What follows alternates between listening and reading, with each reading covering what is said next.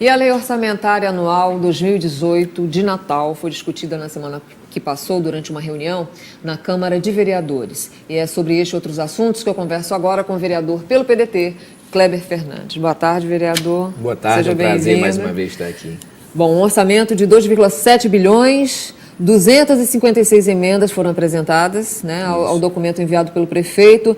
Será possível um consenso num prazo de tempo razoável? Na verdade, das 256 emendas, algo em torno de 30 que não serão consensuais. As demais, já houve um entendimento entre o governo e os parlamentares que apresentaram essas emendas e algo em torno de 14 delas foram retiradas no trabalho de convencimento e de interação dos parlamentares e da gestão municipal, no sentido de demonstrar a inviabilidade da aplicação prática dessas emendas no orçamento. Então, houve a sensibilidade dos vereadores da retirada dessas 14, porém, algo em torno de 30 emendas que não foram consensuais serão debatidas no início dessa semana agora. Que dizem respeito ao que exatamente? São emendas que tratam de remanejamento de recursos, né, de retirada de recursos de determinadas secretarias ou órgãos do município para outras atividades que não estavam previstas dentro do orçamento. Então, geralmente, quando se trata desse remanejamento e não tão somente de reserva de recursos para uma atividade específica dentro da própria secretaria, ou seja, quando se pretende tirar, por exemplo, recursos da comunicação para investimento em outro segmento, em outro setor do município, ou de uma secretaria que precisa exclusivamente daquele recurso e esse remanejamento poderá prejudicar os trabalhos da secretaria durante o ano.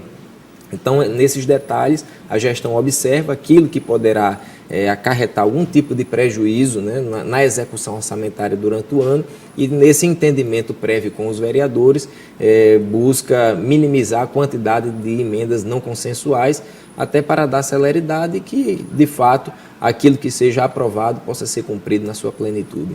Vereador, o senhor é o presidente da Comissão de Justiça, né, na Câmara. Perfeito. Quais são os projetos em andamento? Olha, agora a prioridade é a lei orçamentária anual, né? Nós já estamos no final do ano e para acabar com as atividades parlamentares de 2017, obrigatoriamente a LOA tem que ser apreciada e votada.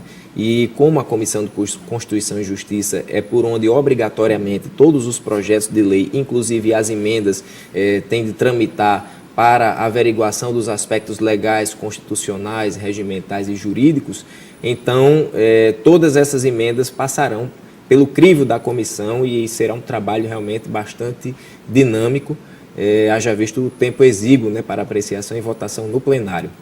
Então, antes dessa deliberação no plenário, elas serão apreciadas no âmbito da Comissão de Justiça, então, que se debruçará a partir de amanhã na apreciação dessas emendas. Agora o senhor faz parte também de outras comissões, né, entre elas da Previdência, Assistência Social, da Defesa do Consumidor. Quais são os projetos dessas comissões? Nós aprovamos recentemente na Comissão de Previdência uma alteração no calendário de repasses dos recursos oriundos da administração para a Natal Prev, né, que, a exemplo do que acontece no governo federal, passará a ser no 5º dia útil após o recolhimento desses recursos, ou seja, hoje era até o dia 25 de cada mês, então isso estava causando um transtorno na parte orçamentária do município. No âmbito da Previdência houve essa apreciação.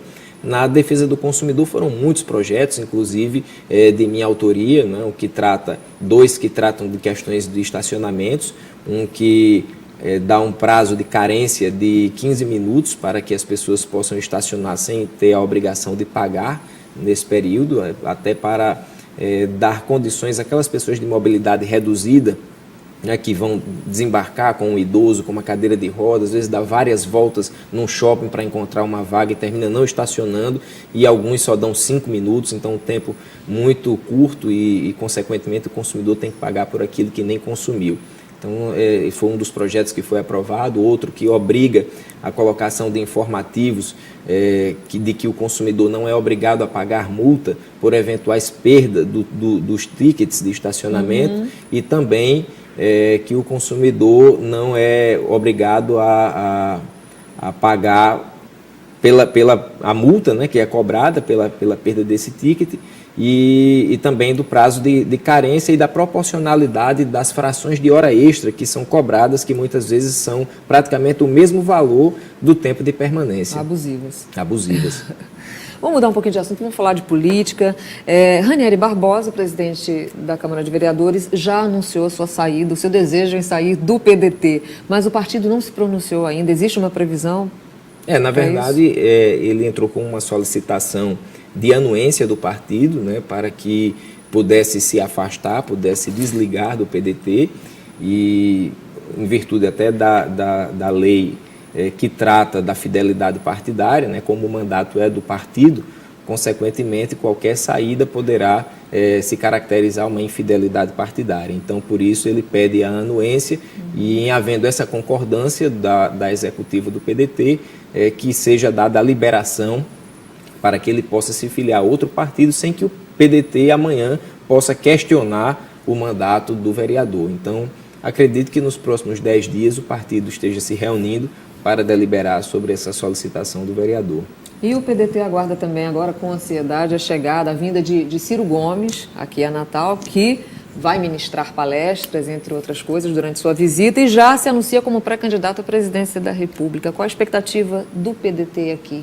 É uma expectativa positiva. Para essa visita. O presidenciável tem feito visitas e palestras por todo o Brasil, sobretudo em universidades, discutindo com estudantes, discutindo com a sociedade civil organizada projetos para o Brasil. É um pré-candidato a presidente que tem uma experiência mensurável, né, porque foi prefeito de Fortaleza, foi governador do Ceará, foi deputado federal, foi ministro da Fazenda. Então é alguém que tem de fato um conhecimento técnico, sobretudo na área econômica, bastante considerável, e isso tem atraído muitos seguidores e muitas pessoas que têm se mobilizado em torno da candidatura, da pré-candidatura de Ciro Gomes. Então ele virá a Natal no dia 6 e amanhã estará em Mossoró e Caraúbas fazendo palestras na UFESA. E no dia 6, aqui em Natal, na Unifacex, no campus ali da Deodoro da Fonseca, antigo Colégio Imaculada Conceição. Ciro Gomes, inclusive, anunciou nacionalmente que o PDT terá um candidato aqui no Rio Grande do Norte ao governo do estado, possivelmente a maior expressão do partido, que é o prefeito Carlos Eduardo Alves. Mas Carlos Eduardo Alves ainda não admitiu essa possibilidade? Continua negando ou não? Na verdade, há uma intenção nacional do partido e, sobretudo, do pré-candidato Ciro Gomes de estabelecer palanques, né, em todo o Brasil, em todos os estados. E para o PDT, em nível nacional, seria muito importante ter uma candidatura a governador, uma candidatura majoritária no Rio Grande do Norte. Porém, o prefeito Carlos Eduardo ainda não decidiu acerca desse... E teria um plano B, o partido? A princípio, não, né? Ainda não foi decidido, mas acredito que só em março é que o prefeito poderá avaliar se afastará da prefeitura ou não. Ok, Kleber Fernandes, vereador pelo PDT, muito obrigada pela sua participação. Nós que agradecemos, estamos sempre à disposição. Aqui no Jornal do Dia, que está terminando.